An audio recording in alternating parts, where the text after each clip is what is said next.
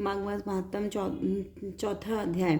श्री वशिष्ठ जी कहने लगे कि हे राजन, मैं माघ के उस महात्म्य को वह कहता हूँ जो कार्तवीर्य के पूछने पर दत्तात्रेय जी ने कहा था। जिस समय साक्षात विष्णु के रूप श्री दत्तात्रेय जी सत्य पर्वत पर रहते थे, तब महिष्मति के राजा सहस्रार्जुन ने उनसे पूछा कि हे योगियों में श्रेष्ठ दत्तात्रेय जी, मैंने सब धर्म सुने, अब आप कृपा करके मुझे माघ मास का महात्म्य कहिए।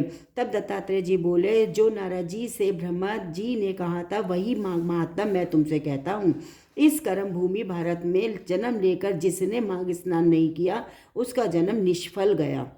भगवान की प्रसन्नता, पापों के नाश और स्वर्ग की प्राप्ति के लिए माघ स्नान अवश्य करना चाहिए। यदि यह पुष्ट शुद्ध शरीर माघ स्नान के बिना ही रह जाए तो इसकी रक्षा करने से क्या लाभ।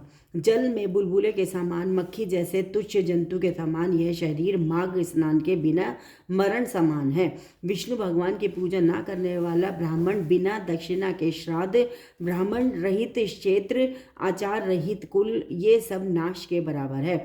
गर्व से धर्म का, क्रोध से तप का, गुरुजनों की सेवा न करने से स्त्री तथा ब्रह्मचारी, बिना जली अग्नि के हवन और बिना साक्षी के मुक्ति का नाश हो जाता है। जीविका के लिए कहने वाली कथा अपने ही लिए बनाए हुए भोजन की क्रिया, शूद्र से भिक्षा लेकर किया हुआ यज्ञ तथा कंजूस का धन, यह सब नाश के कारण है। बिना अभ्यास और आलस्य वाली विद्या, असत्य वाणी, विरोध करने वाला राजा, जीविका के लिए तीर्थ यात्रा, जीविका के लिए व्रत, स्नेह युक्त मंत्र का जप, व्यग्र चित्त होकर जप करना, वेद न जानने वाले को दान देना, संसार में नास्तिक मत ग्रहण करना, श्रद्धा बिना धार्मिक क्रिया, यह सब व्यर्थ है। और जिस तरह दरिद्री का जीना व्यर्थ है, उसी तरह माघ स्नान के बिना मनुष्य का जीना व्यर्थ है।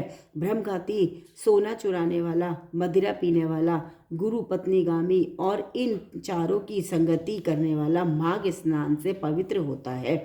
जल कहता है कि सूर्योदय से पहले जो मुझ में स्नान करता है, मैं उसके बड़े से बड़े पापों को नष्ट करता हूँ।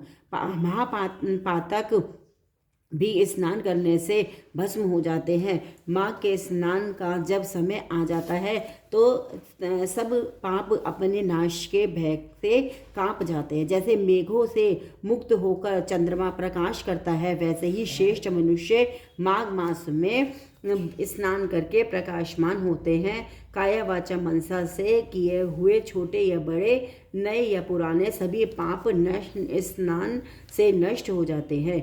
आलस्य में बिना जाने जो पाप किए हों वह भी नाश को प्राप्त होते हैं। जिस तरह जन्म जन्मांतर के अभ्यास से आध्यात्मिक ज्ञान की प्राप्ति होती है, उसी तरह जन्मांतर अभ्यास से ही माघ स्नान में मनुष्य की रुचि होती है। यह अपवित्रों को पवित्र करने वाला बड़ा तप और संसार रूपी कीचड़ को धोने की पवित्र वस्तु है। हे राजन, जो मनवांछित फल देने वाला माघ स्नान नहीं करते, वह सूर्य चंद्र के समान भोगों को कैसे भोग सकते हैं। हरे कृष्ण कृष्ण कृष्ण हरे हरे, हरे राम राम राम लक्ष्मी नारायण नारायण नारायण, गोविंद नारायण नारायण नारायण, भजन नारायण नारायण नारायण, सीता नारायण नारायण नारायण। हर हर महादेव, हर हर महादेव, हर हर महादेव। ओमकारेश्वर ज्योतिर्लिंग महादेव की जय, ओमकारेश्वर ज्योतिर्लिंग महादेव की जय, ओमकारेश्वर ज्योतिर्लिंग महादेव की जय। राधे राधे श्याम।